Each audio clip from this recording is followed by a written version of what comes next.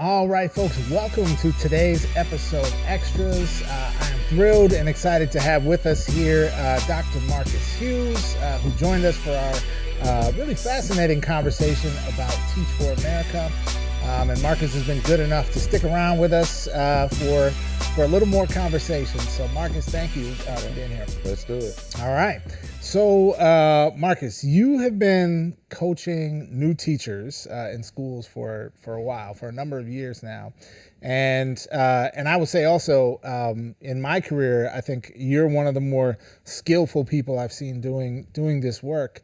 I've always thought that being a new teacher today, being a teacher today, period, is tougher certainly than it was, I think, when I came into the profession. And I think there's an argument to be made that maybe it's tougher than it's ever been.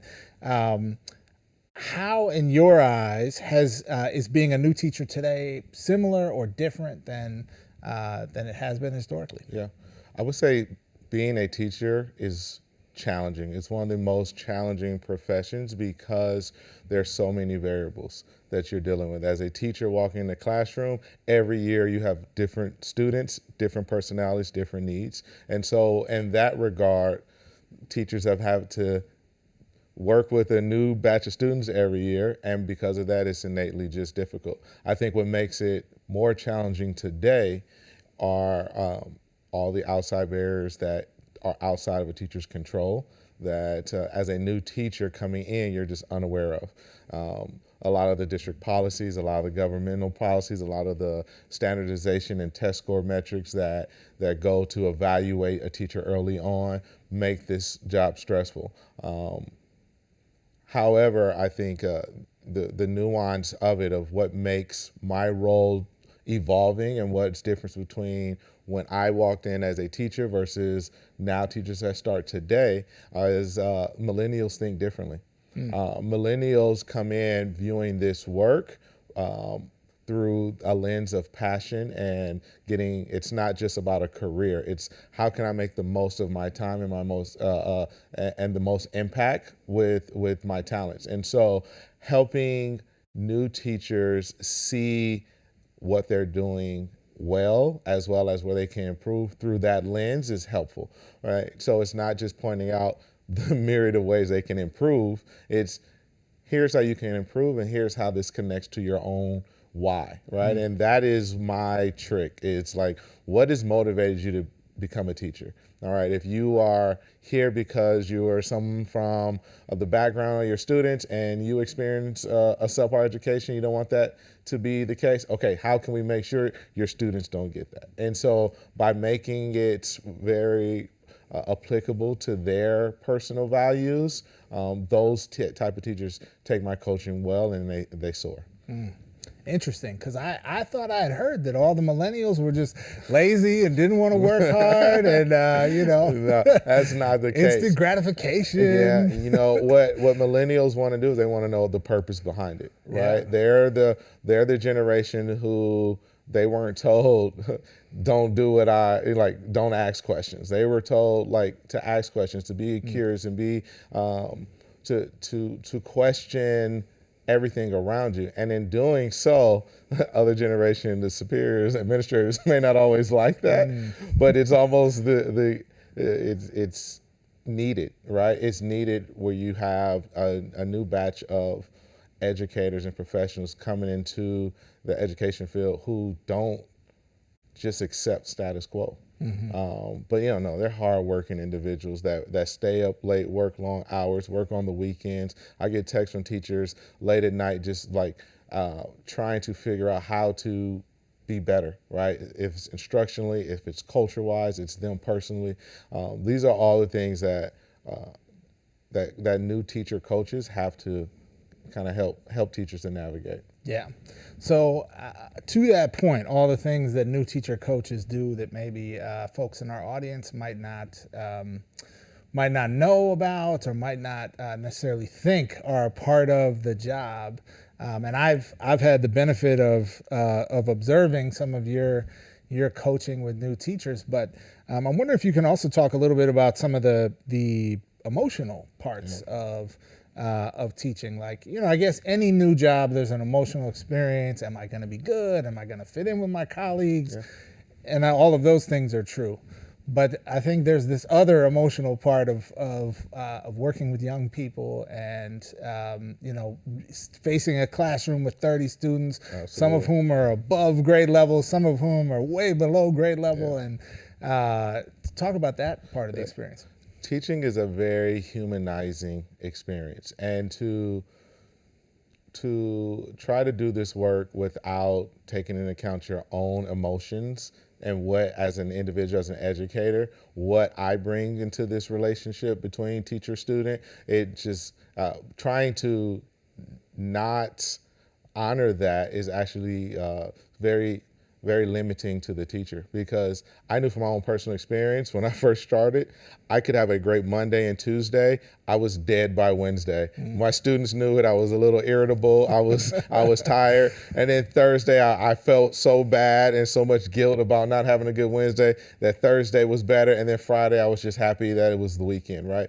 And I had this emotional roller coaster throughout of just energy transference, of dealing with so much, of taking in, of interacting with other students and my colleagues. And emotional intelligence was key to, like, what were my triggers? Why did I respond this way? What is going on with me personally?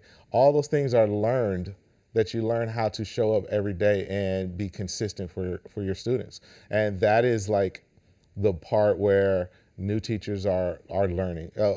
Veteran teachers, they've got that. New teachers, not so much, right? Where, like, how am I professional every day? How am I the same for my kids every day?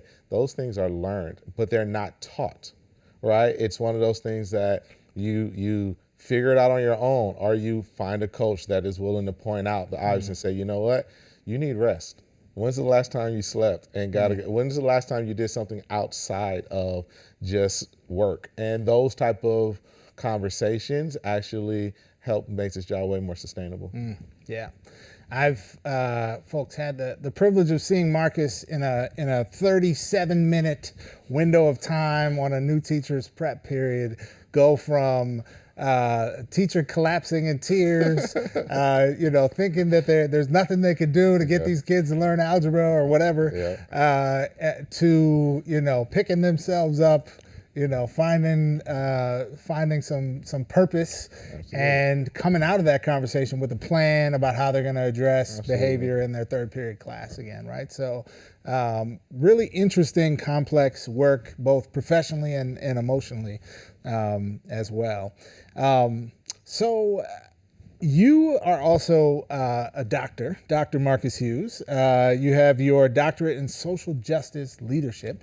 And I'm sure many folks watching are very curious, what exactly is it to be a doctor of social justice leadership? And tell us about that. Yeah, well, I did my doctoral work at Loyola Marymount University, and they pride themselves on a social justice education. And so their ed department has that lens where it's rooted in strong service of the community.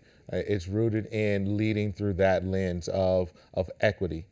So when I look at why I chose that program, what I got out of it was, how am I going to spend the next 20 plus 30, rest of my lifetime actually, fighting for socially just educational experience for our students. As someone who grew up in a low-income community of color with a single mother, I was that statistical kid that needed education as a path to follow my dreams. And so it was, I went through this program because I want to figure out, how do I not do it for myself? How can I help make sure I am equipped to do it for others? And so that's where LMU has been very helpful, and my degree was very helpful, because I got to have those conversations. I got to explore and look at the data and see the vast disparity of educational experience that kids from one side of the tracks get versus kids on the other, and it's not fair. And so, knowing it's not fair, how do I equip myself to be part of the solution? Yeah. So something we've talked a bit about just in our personal conversation is, your experience not only as an educator but as a father, and a father of three kids who are all in secondary school now, right? Yeah, Middle and high school. too high, Too one high. middle. Okay, so pretty far along in their Yeah. K-12 trajectory now at this point, and as not only an educator, a black educator, a father of black children, a father of two black boys, and knowing what you know about our profession and frankly the struggles in our profession to systematically do right by black children. What have you seen, heard? What's your experience been like in this as both the parent and the practitioner, so to speak? It's tiring. It's tiring. It's tiring from the sense that I have to be very present in their day to day because I know that the system is not set up for them to succeed necessarily. And so as a parent, I have to be trusting, and I feel bad because I'm a parent who is knowledgeable of education. For parents who don't understand the nuances of education on the outside, it's frightening, so to speak, when you send your kid and you hear the statistics and you feel like your voice isn't heard. And so one of the things that I've had to just ensure is like, are my kids happy? Is the culture good at the school, and are they being pushed? And then I find ways to supplement everything else. I don't go into a school looking for that to be the end all be all for the school to raise my kids. But I do expect for when you leave my house, you come back better than when you come back, right? That you got something out of that day, that you also were treated fairly, that you were also a good citizen, that you treated someone fairly, that you stand up for yourself, you stand up for others. We have those conversations on the car ride home, and there are conversations I have with my kids of like, did you ask any good questions today? What were some of the good questions you asked? Because I want them to be curious. Did you stand up for somebody else, right? Like I love when I hear my daughter come in and says, you know what, I saw a kid getting bullied and I stepped in, and like those are the things that I'm like, you're advocating and you are being what the type of change I want to see. And so for my kids, I send them prepared and equipped. But at the same time, the schools are not adequately preparing the kid as like I would want to just be hands off. You can't be hands off with our kids. You cannot, and they're not reading the books that I would love for them to read. My kids don't fall in love with literature like I would love them to, right? And so I have a personal summer reading list for all of my kids. They're currently reading Rich Dad, Poor Dad right now because I want them to understand finance. They'll be reading the autobiography of Malcolm X right before they leave off for school because I want when they go to school to not only quote some of the traditional scholars, I want them to be able to quote people that look like them. I want them to quote scholars. One of the things I loved about LMU is I got to work with Antonio Darder, and she is an amazing leader in education. And so I want them to know who Paulo Freire is. I want them to say, oh, I know Dr. Darder personally, and here's some of the work, and be able to speak from their lens. And that is not happening if you're hands off. Yeah. Powerful point. One I can certainly relate to from my own upbringing as well. But I think we have time just for one quick final question, Marcus. Right. And if we were to anoint you king of the education world for the day, what is one thing that you might change in our profession and why? This probably is controversial, but it's not new. It is this idea that education is not standard. Learning is not linear. And so standardization of test scores and comparative metrics that compare kids or have kids to meet a certain metric and use those as almost barriers to growth, right? It's one thing to have formative data. It's another thing that stops kids from receiving the high quality education that they deserve. Because, and I know this as a parent, is all three of my kids learn differently. All three are at different phases. It is unfair to compare them all at the same phase. It's just they're different children. but yet we have this challenge, and I get why we have standardization. However, the way that it is implemented and the level of importance that drives the education experience for our kids, I would get rid of that, because I firmly believe education is something that should be led with students in mind. It should be driven not as this banking ideology where you're just filling empty vessels and you're just trying to build up the account, but it is, how do I build an educational experience that taps into the passions, the drives, and where the kid is trying to go. And that can't happen at the same time that I'm saying, if they're not reading by third grade this level, then therefore you don't have access to these programs, or you don't have access to this type of education.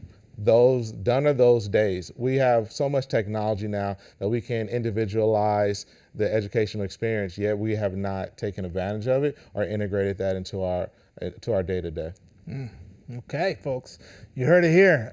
King Marcus has declared standardization needs to be brought into Bring check. it to court. Yeah, yes. Let's put it on trial. All right, well, folks, thank you so much for joining us for today's episode extras with Dr. Marcus Hughes. Marcus, thanks a lot for making the time to stick around and chat with us. Yeah, really appreciate it. And folks, if you are checking out this video on YouTube, make sure you give us that thumbs up. Make sure you subscribe to the channel. If you're checking this out on Facebook, please follow our page. Please like and share the video. Even those small gestures really help us get the word out and spread these interesting conversations about education to an even larger community. So thank you. Please do that. And as always, you can find all our content on our website, which is aotashow.com. We'll see you next time.